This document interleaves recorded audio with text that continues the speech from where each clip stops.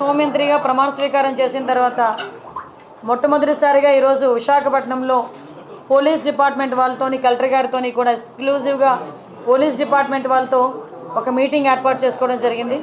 ఈ మీటింగ్లో commissioner of police, collector గారు, అదేవిధంగా డీసీపీలు, ఏసీపీలు, కొంతమంది సిఐలు షార్ట్ టైంలో నేను వాళ్ళకి చెప్పడం జరిగింది. వాళ్ళందరూ కూడా రావడం జరిగింది.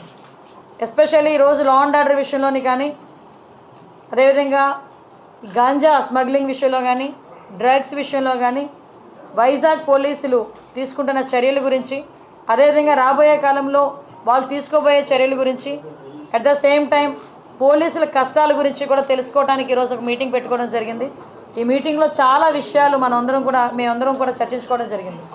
అయితే విషయం ఏంటంటే, ఈ 5 సంవత్సరాల కాలంలో ఆంధ్రప్రదేశ్ అన్నది గంజాయి హబ్గా మారిపోయిందన్న సంగతి మనందరికీ కూడా తెలిసింది. డ్రగ్స్ హబ్గా మారిపోయిందన్న సంగతి మనందరికీ కూడా తెలిసింది. ఎందుకంటే హోమ్ మినిస్టర్ అన్న వ్యక్తి ఉన్నారో లేదో తెలియదు. ఏ రోజు కూడా గంజాయి గురించి కానీ, డ్రగ్స్ గురించి కానీ ఒక రివ్యూ చేసిన సందర్భం రాలేదు.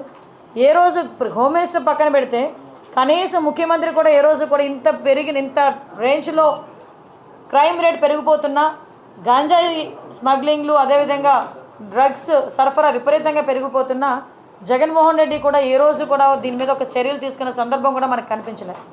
అయితే ఈరోజు ఒక రెస్పాన్సిబుల్ చీఫ్ మినిస్టర్గా చంద్రబాబు నాయుడు గారు కానీ, మంత్రులుగా ఉన్న మేం కానీ, ఎమ్మెల్యేస్గా ఉన్న మిగతా ఎమ్మెల్యేస్ కానీ ఈరోజు పర్టికులర్గా ముఖ్యంగా విశాఖపట్నం లాంటి ఒక బ్యూటిఫుల్ సిటీలో ఈ గంజాయి అన్న దాని మీద ఉక్కుపాదం మోపాలి అన్న కాన్సెప్ట్ మీద ఈరోజు మేము చర్యలు తీసుకోవడానికి సిద్ధపడ్డాం. ఎందుకు ఇది ఇమీడియట్గా మీరు ఎందుకు టేకప్ చేశారు మేడం గారు అని మీరు అనుకోవచ్చు. ఎందుకంటే నిన్న నేను కొంతమంది మా ఎమ్మెల్యేస్ అందరి ఇంట్లోకి వెళ్తూ ఉంటే జనరల్ పబ్లిక్ నా దగ్గరికి వచ్చి మాట్లాడారు. మేడం గంజాని అరగట్టండి, చాలా ఇబ్బందులు పడుతున్నాం. టీచర్స్ నాకు ఫోన్లు చేశారు. గవర్నమెంట్ స్కూల్స్ దగ్గర 5th క్లాస్ 6th క్లాస్ చదువుతున్న పిల్లలు కూడా గంజాయి తీసుకుంటున్నారు. అంటే గంజాయి అంత విచ్చలవిడైపోయింది, విపరీతంగా వైజాగ్లో దొరుకుతోంది. ఒక ఎమ్మెల్యే స్థాయిలో ఉన్న ఒక వ్యక్తి ఏమని చెప్పాడంటే, గంజా వైజాగ్లో ఈవినింగ్ పూట ఆఫ్టర్ 8 కొన్ని ప్లేసెస్కి వెళ్ళడానికి మేము భయపడుతున్నాం. కొన్ని ప్లేసెస్లో ఎస్పెషల్లీ గంజాయి బ్యాచ్ ఉంటున్నారు, వాళ్ళు మా మీద తిరగబడుతున్నారు, కొడుతున్నారు, చంపుకోవడానికి కూడా సిద్ధపడుతున్నారు. ఎంత మేరకు క్రైమ్ రేట్ పెరిగిపోయిందంటే, ఎంతో ప్రశాంతమైన విశాఖపట్నంలో హత్యలు వింటున్నాం, నడి రోడ్డు మీద నరుక్కోవడం విన్నాం. సో ఇటువంటి సిచ్యువేషన్ అన్నిటిని అరికట్టాలంటే మూలాలని మనం వెతుక్కోవాలి. మూలాలైన ఈ గంజాయిని, అదేవిధంగా డ్రగ్స్ని కంట్రోల్ చేసే పరిస్థితి మనకి రావాలి.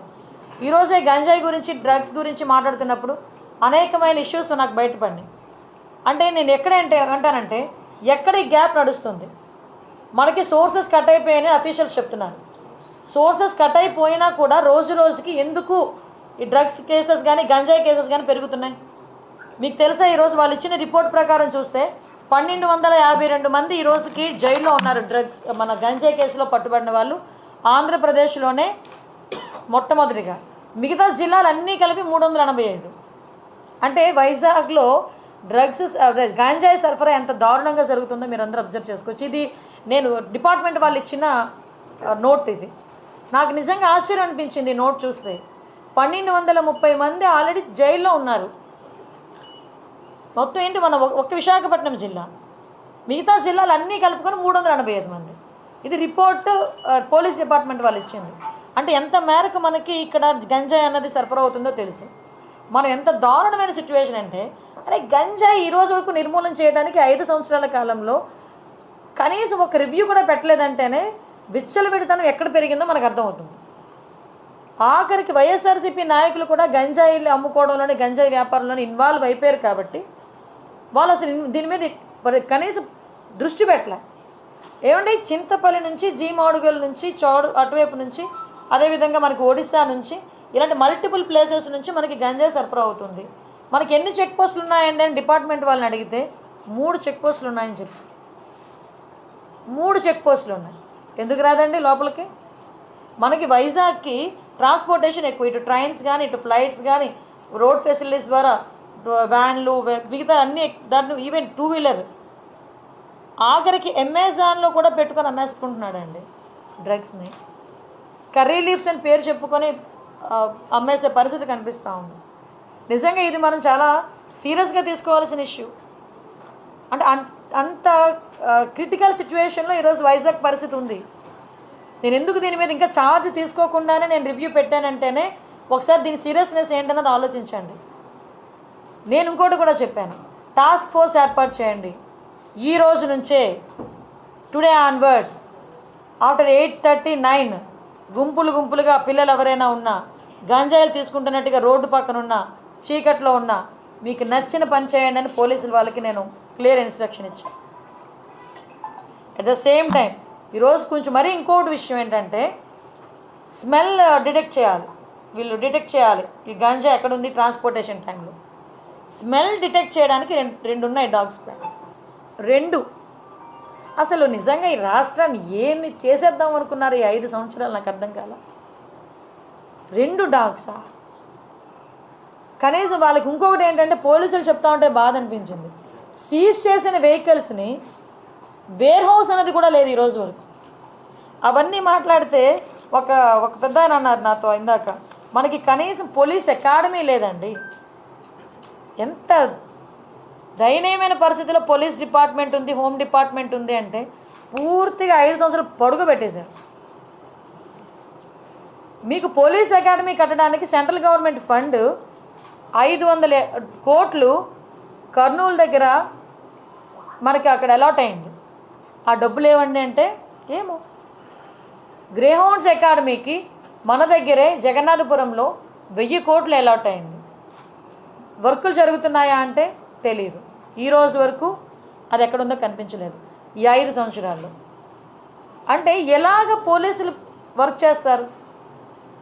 పోలీసులకి ఇవ్వాల్సిన మినిమం ఫెసిలిటీస్ కూడా ఇవ్వకుండా పోలీస్ డిపార్ట్మెంట్ మీద మనం ఎంత ప్రెషర్ పెట్టినా పరిస్థితి ఏంటి? ఈరోజు ఇలాంటి ఇష్యూస్ని చాలా మేము డిస్కస్ చేస్తున్నాం. డెఫినెట్గా గాంజాయి విషయంలో ఉక్కుపాదం మోపడం అన్నది ఖాయం. గంజాయి విషయంలో బతికేద్దాం, గంజాయితోనే వ్యాపారం చేసేద్దాం అనుకున్న ఎవరైనా ఈ రోజుతో క్లోజ్ చేసుకోండి. దీని మీద పర్యవేక్షణాలు చాలా సీరియస్గా ఉంటాయి. గంజాయితో దొరికితే ఏదో పాపం ఎంత దారుణం అంటే 18 నుంచి 25 సంవత్సరాల లోపు ఉన్న వాళ్ళు ఎక్కువ మంది ఈ గంజాయి ట్రాన్స్పోర్టేషన్లో.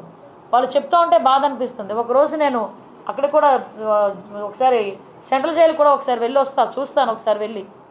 అక్కడ కడుపుతో ఉన్నవాళ్ళు ప్రెగ్నెంట్ లేడీస్, చిన్న పిల్లలు, వాళ్ళందరూ కూడా ఈరోజు 1200 మంది జైల్లో ఉన్నారంటే ఏంటి దాని పరిస్థితి ఏంటి? అంటే ఇన్ని సంవత్సరాలు, ఈ 5 సంవత్సరాలు విశాఖపట్నాన్ని రాజధాని చేసేస్తాను మాట్లాడి ఏందయ్యా రాజధాని చేసావు అంటే గంజాయికి రాజధాని చేశారు, డ్రగ్స్కి రాజధాని చేశారు. రోడ్డు మీదకి వెళ్తూ ఉంటే భయం వేస్తుంది. ఇటువంటి సిచ్యువేషన్ నుంచి కంపల్సరీగా ఒక మార్పు అయితే తీసుకురావాలి. ఆ మార్పు తీసుకురావడానికి వైజాగ్ ప్రజల్ని కూడా నేను సపోర్ట్ కోరుకుంటున్నా. డెఫినెట్గా పోలీస్ వాళ్ళకి సపోర్ట్ చేయండి. ఇంకొకటి కూడా చెప్తున్నా, గంజాయి విషయంలో నేను పోలీసులకి ఇన్ఫర్మేషన్ ఇది కూడా చెప్పాను. గంజాయి విషయంలో ఎవరైనా పట్టుబడిన తర్వాత పోలీస్ డిపార్ట్మెంట్ వాళ్ళకి మేము అధికార పార్టీకి సంబంధించిన వాళ్ళు మనం చెప్పినా కూడా మీరు టాలరేట్ చేయొద్దు అని చెప్పా. ఎవరైనా ఒకటే తప్పు చేసిన వాడు గంజాయి విషయంలో ఎట్టి పరిస్థితుల్లోని తెలుగుదేశం పార్టీ వాళ్ళైనా, జనసేన, బీజేపీ ఏ పార్టీ వాళ్ళైనా, ఆఖరికి వైఎస్ఆర్సీపీ వాళ్ళైనా ఎట్టి పరిస్థితుల్లోని ఎవరిని కూడా టాలరేట్ చేయాల్సిన అవసరం లేదు. టాలరేట్ చెయ్యం, ఎట్టి పరిస్థితులను టాలరేట్ చెయ్యం. టాస్క్ ఫోర్స్ ఈ రోజు నుంచే రంగంలో దిగుద్ది.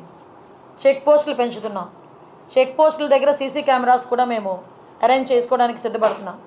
చెక్ పోస్టుల దగ్గర సీసీ కెమెరాస్తో పాటు దాన్ని మానిటర్ చేయడానికి ఆల్రెడీ కంట్రోల్ రూమ్స్ దగ్గర ఉన్నాయి. కాకపోతే నాకు ఎంత బాధ అనిపిస్తుందంటే ఇవన్నీ మేము చేయగలమని వాళ్ళు చాలా కాన్ఫిడెంట్గా చెప్పారు పోలీసు. కానీ ఈరోజు సిటీలోనే చూస్తే 1700 సీసీ క్యామ్స్ ఉంటే 700 పనిచేస్తున్నాయంట. ఏంటి అంటే మెయింటెనెన్స్కి డబ్బులు లేవు. ఈ 5 సంవత్సరాలు పోలీస్ స్టేషన్ మెయింటెనెన్స్కి డబ్బులు లేవు. వాళ్ళు ఇచ్చే 8000 రూపాయలు కూడా 5 సంవత్సరాలు ఇవ్వలేదు. ఏమైపోయిందండి ఈ డబ్బు అంతా? ప్రతి నెల 8000 రూపాయలు వాళ్ళకి వచ్చే మెయింటెనెన్స్ అంటే స్టేషనరీకనో దేనికనో ఖర్చులకనో దేనికనో వెళ్తే దానికి కూడా 8,000 రూపాయలు కూడా ఈ రోజు వరకు లేవు. ఏఆర్ ఎవరైనా వాళ్ళని విఆర్లో పెడితే పని చేయించుకుంటారు కానీ జీతాలు ఇవ్వరు పోలీసులకి. ఈ 5 సంవత్సరాల దుస్థితి అది పోలీసుల దుస్థితి. నేను ఛాలెంజ్గానే తీసుకుంటున్నా, డెఫినెట్గా నేను ఛాలెంజ్గానే తీసుకుంటున్నా. ఎందుకనంటే ఈరోజు వరకు ఆర్లో పోలీస్ స్టేషన్లో ఒకసారి మీరు చూస్తే షెడ్లు వేసుకొని ఉన్నారండి. పోలీస్ స్టేషన్లో మినిమం ఫెసిలిటీస్ లేవు, మినిమం ఇమ్యూనిటీస్ కూడా కల్పించకుండా పోలీసులు ఉద్యోగాలు చేయమంటే ఎలా అవుతుంది? అలాగే నేను ఆల్ ఆఫ్ సడన్ వీళ్ళకి నేను ఏదో చేస్తాను కదా, చెయ్యొచ్చు. సిఎస్ఆర్ ఫండింగ్స్ ఉన్నాయి. కలెక్టర్ గారికి ఒకసారి కలెక్టర్ గారు నిజంగా 5 సంవత్సరాల్లో కలెక్టర్ గారు కూడా దృష్టి పెట్టుంటే వాళ్ళకి ఎంతో కొంత మంచి జరిగేదేమో. ఈ రోజు వరకు ఒక అకాడమీకి కానీ వీటికి వచ్చిన డబ్బులు ఏమైపోయినాయి? అవన్నీ పక్కన పెట్టండి. ఎకడమికల్ ఇష్యూస్ అన్నీ పక్కన పెట్టండి. టెక్నికల్గా మనం చూసుకున్నా, వాళ్ళ వర్క్ సైడ్ మనం చూసుకున్నా డెఫినెట్గా ఉన్న పోలీస్ డిపార్ట్మెంట్ వాళ్ళకి ఇంకొకటి విషయం చెప్తున్నా. ఈరోజు ఎవరైతే రిజర్వ్ పోలీసులు కొంతమంది ఉన్నారు, ఏపీఎస్బీ వాళ్ళందరూ కూడా ఏదో ఆ టైంకి వస్తారు, ఆ టైంకి వర్క్ చేస్తుంటారు, మళ్ళీ బ్యాక్కి వెళ్తుంటారు. అలాంటి వాళ్ళని కూడా మేము ఇంటిగ్రేట్ చేసి వాళ్ళతో కూడా కోఆర్డినేట్ చేసుకొని ఫర్దర్గా ఎటువంటి చెక్ పోస్టుల దగ్గర కానీ ఎక్కడైనా డ్యూటీస్ వేసేటప్పుడు వాళ్ళని కూడా యూజ్ చేసుకునేటట్టుగా ఎటువంటి టెక్నికల్ ఇష్యూస్ వాళ్ళకి లేకుండా ఒకసారి మొత్తం అఫీషియల్స్ అందరితోనే మాట్లాడి దాన్ని కూడా ఇంటిగ్రేట్ చేస్తాం. నాకు ఆశ్చర్యకరమైంది ఏంటంటే, ఇది పొలిటికల్, ఆశ్చర్యకరమైంది ఏంటంటే ఇన్ని ఫెసిలిటీస్ లేకపోయినా మాలాంటి వాళ్ళ దగ్గరికి వచ్చి ఎందుకు అరెస్టులు చేసేవారో మాకైతే అర్థం కాలేదు. పోలీసులు ఎందుకు అంత ప్రాణం పెట్టి పనిచేశారు? ఏమీ కల్పించకపోయినా పోలీసులను పెట్టి అంత ప్రాణం పెట్టి పనిచేశారే. మరి అన్ని ఫెసిలిటీస్ కల్పిస్తే మరి ఇంకెలా పనిచేస్తారో చూడాలి. ఏమో చూడాలి. అంటే మా మీద అంటారా వాళ్ళ మీద అంటారా? నేను ఇంకోటి కూడా చెప్పా, ఎట్టి పరిస్థితుల్లోని కూడా సమయానికి అనుకూలంగా ఏదో సేఫ్ గేమ్ మాత్రం ఆడొద్దు. పోలీసులు కూడా ఇన్స్ట్రక్షన్ ఇచ్చి no safe games, only straight game. ఎట్టి పరిస్థితుల్లోని 3 నెలల్లో మార్పు తీసుకొస్తాం. 3 నెలలు టైం ఇచ్చా. 3 నెలల్లో ఎట్టి పరిస్థితుల్లోని వైజాగ్లో గంజాయి అన్నది ట్రాన్స్పోర్టేషన్ కానీ గంజాయి విచ్చలవిడితనం కానీ మేము తగ్గిస్తాం. నాకు చాలా కాన్ఫిడెన్స్ ఉంది. డెఫినెట్గా ఆ రకంగానే పనిచేస్తాం. నేను ఛార్జ్ తీసుకొని వచ్చిన తర్వాత కూడా డీ అడిక్షన్ సెంటర్స్ మరీ దారుణం అండి. 3 ఉన్నాయట, 30 మంది ఉన్నారట. ఇక్కడేమో 1,200 మంది ట్రాన్స్పోర్ట్ చేసిన వాళ్ళు పట్టుకున్నారు. 30 మంది డీ అడిక్షన్ సెంటర్లో అంటే 6 days 7 days సరిపోతాయి అన్న ఫీలింగ్ ఏదో ఆర్గనైజేషన్స్ ద్వారా చేస్తున్నారు. కేజీహెచ్లో ఎందుకు మనం ఒక బ్లాక్ తీసుకోలేకపోతున్నాం? So at the same time schools దగ్గర అవేర్నెస్ ప్రోగ్రామ్స్ కండక్ట్ చేయాలి. ట్రైబల్లోని మనకి ట్రైబల్ ఏరియాలో అవేర్నెస్ ప్రోగ్రామ్స్ కండక్ట్ చేయాలి. పోలీసుల పరిస్థితి ఎలా అయిపోయిందంటే మాకు టీఏడిఎల్ లేవండి, ఆఖరికి ఏజెన్సీ ఎలవెన్స్లు కూడా లేవు 5 సంవత్సరాలు. సో అన్నిటినీ కూడా స్ట్రీమ్లైన్ చేస్తాం. అట్ ద సేమ్ టైం ఇంకోటి కూడా చెప్పాను, ఏదైతే మహిళా రక్షణ విషయంలో ట్రాఫిక్ పోలీసులు కూడా చాలా అప్రమత్తంగా ట్రాఫిక్ని ఎంతైతే మీరు కంట్రోల్ చేస్తారో స్కూల్ ఏరియాస్లో స్కూల్ జోన్స్లో ఈవ్ టీజింగ్ మీద కూడా అంతే దృష్టి పెట్టండి. ఈవ్ టీజింగ్ చేసే వాళ్ళని కూడా మీరు ఎట్టి పరిస్థితుల్లో వదిలిపెట్టే ప్రసక్తి లేదు. అవన్నీ కూడా మేము చాలా క్లియర్గా చర్చించుకున్నాం. నాకైతే పూర్తి నమ్మకం ఉంది, ఎలాగైనా ఎట్టి పరిస్థితుల్లోనైనా ఈ గంజాయిని స్టెప్ బై స్టెప్ మేము ఎట్టి పరిస్థితులు అరికడతాం. క్రైమ్ రేటు కూడా ఎట్టి పరిస్థితి తగ్గుతుందని నమ్మకం అయితే నాకుంది. దానికి అనుగుణంగానే అఫీషియల్స్తో కానీ అదేవిధంగా చంద్రబాబు నాయుడు గారితో కానీ డిస్కస్ చేసి వాళ్ళకి కావాల్సిన ఫెసిలిటీస్ కూడా కల్పించడానికి నేను చర్యలు తీసుకుంటాను. చెప్పాను కదండి, ఫస్ట్ థింగ్ సోర్స్ని కట్ చేయాలి. సోర్స్ని కట్ చేయాలంటే ఆల్రెడీ వీళ్ళు శాటిలైట్ వ్యూస్ తీసుకుంటున్నారు డ్రోన్స్ పెట్టి. ఎక్కడైతే ఉందో ఆ డ్రోన్లో ఏదైతే మన పెస్టిసైడ్ ఏదైతే ఉందో, ఆ పువ్వు చచ్చిపోయే పెస్టిసైడ్ ఏదైతే ఉందో దాన్ని కూడా పిచికారీ చేసే పరిస్థితి, అది కూడా దాంట్లోనే మనం ఎంతో కొంత దాన్ని అక్కడ స్టాప్ చేయడం. మనకి ఇక్కడ లేకపోయినా ఒరిస్సా నుంచి వాటి నుంచి వస్తుంది. సో ఒరిస్సా గవర్నమెంట్కి కూడా యాజ్ ఏ హోమ్ మినిస్టర్ నేను ఒక లెటర్ కూడా పెడతాను, అక్కడ పోలీస్ డిపార్ట్మెంట్ వాళ్ళని సహకరించమని, వీలైతే వాళ్ళకి మనకి ఒక కోఆర్డినేషన్ కలిపి ఒక మీటింగ్ పెట్టమని, అక్కడ నుంచి కూడా సరఫరా స్టాప్ చేయడానికి. తీరా ఇక్కడికి వచ్చిన తర్వాత సరఫరా కూడా జరిగేటప్పుడు వ్యాన్స్ కంటైనర్స్ తీసుకెళ్ళిపోతున్నారండి. వీళ్ళు ఎంత టెక్నాలజీ యూజ్ చేస్తున్నారంటే ఆ స్మెల్ కూడా రాకుండా ఆ ప్యాకింగ్ కూడా చాలా డిఫరెంట్గా చేస్తారట ప్యాకింగ్ కూడా. సో మేము కూడా ఏమనుకున్నామంటే ఇందాక మేము మాట్లాడుకున్నాం చాలామంది కొంత ఒక టెక్నాలజీని కూడా యూజ్ చేసుకుని ఫర్దర్గా అంతా ఒకేసారి మీకు చెప్పిన మేడం ఏంటి గాల్లో మేడలు కడతాంది అనుకుంటారు, కానీ గాల్లో మేడలు కాదు, భూమి మీద మేడే కడతాం డెఫినెట్గా. కంపల్సరీగా వాట్ ఎవర్ మేము అనుకున్నట్టు చేయడానికి సిద్ధంగా ఉన్నాం. వెరీ ఛాలెంజింగ్ గేమ్ ఇది చేస్తాం. ఎస్పెషల్లీ గంజాయికి టాస్క్ ఫోర్స్ అనేది ఏర్పాటు చేస్తున్నామండి. ప్యాటర్న్ ఏంటంటే ఇప్పుడు మనకి నైట్ అయ్యేసరికి చాలామంది ఈ గుంపులుగా చేరటాలు, గంజాయి తీసుకోవడాలు రోడ్ల మీద నేను చాలా సందర్భాల్లో చూశాను. ఎక్కువ నేను పాయకరపేట నుంచి వచ్చేటప్పుడు కానీ జర్నీస్ చేసేటప్పుడు కానీ చూసుకుంటే ఒక చిన్న చిన్న గట్ల మీద గ్రూప్ ఆఫ్ పీపుల్ కూర్చోవటం, ఆ వచ్చే వాళ్ళు వచ్చే వెహికల్స్ని ఆపడం, చైన్ స్నాచింగ్స్ ఇవన్నీ కూడా చాలా ఎక్కువగా జరుగుతున్నాయి. సో సిటీ సరౌండింగ్స్ అంతా కూడా ఆ అలర్ట్నెస్ అనేది క్రియేట్ చేయాలి ఫస్ట్. అంటే ఈ గుంపులుగా కూర్చొని రోడ్ల మీద కూర్చొని గంజాయి తాగేది, రోడ్ల మీద వాళ్ళు వీరంగం చేసేది, రోడ్ల మీద వెళ్ళే పాసెంజర్స్ని ఆపేది, ముందు అలాంటివన్నీ కొంచెం ఉన్నవి కంట్రోల్ అవ్వాలి. దానికి కంట్రోల్ అవ్వడానికి ముందు టాస్క్ ఫోర్స్ అనేది పనిచేస్తుంది. ఒకటి ఏంటంటే భయం క్రియేట్ అవ్వాలి, రెండు వాళ్ళకి లైవ్లీహుడ్ కావాలి. ఈరోజు గంజాయి ఎందుకు పండిస్తున్నారు?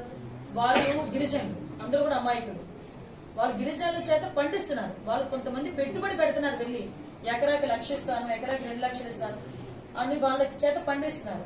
ఆ తాలూకా దాని రెస్పాన్సిబిలిటీ అంతా పాపం ఆ గిరిజనులు భరిస్తున్నారు. రేపు పొద్దున ఎవరైతే పెట్టుబడి పెట్టాడో వాడు దొరకడు, మనకి ఎవరు దొరుకుతాడో అక్కడ ఎవరైతే పండిస్తున్నాడో వాడు దొరుకుతాడు పోలీసులు వెళ్తే.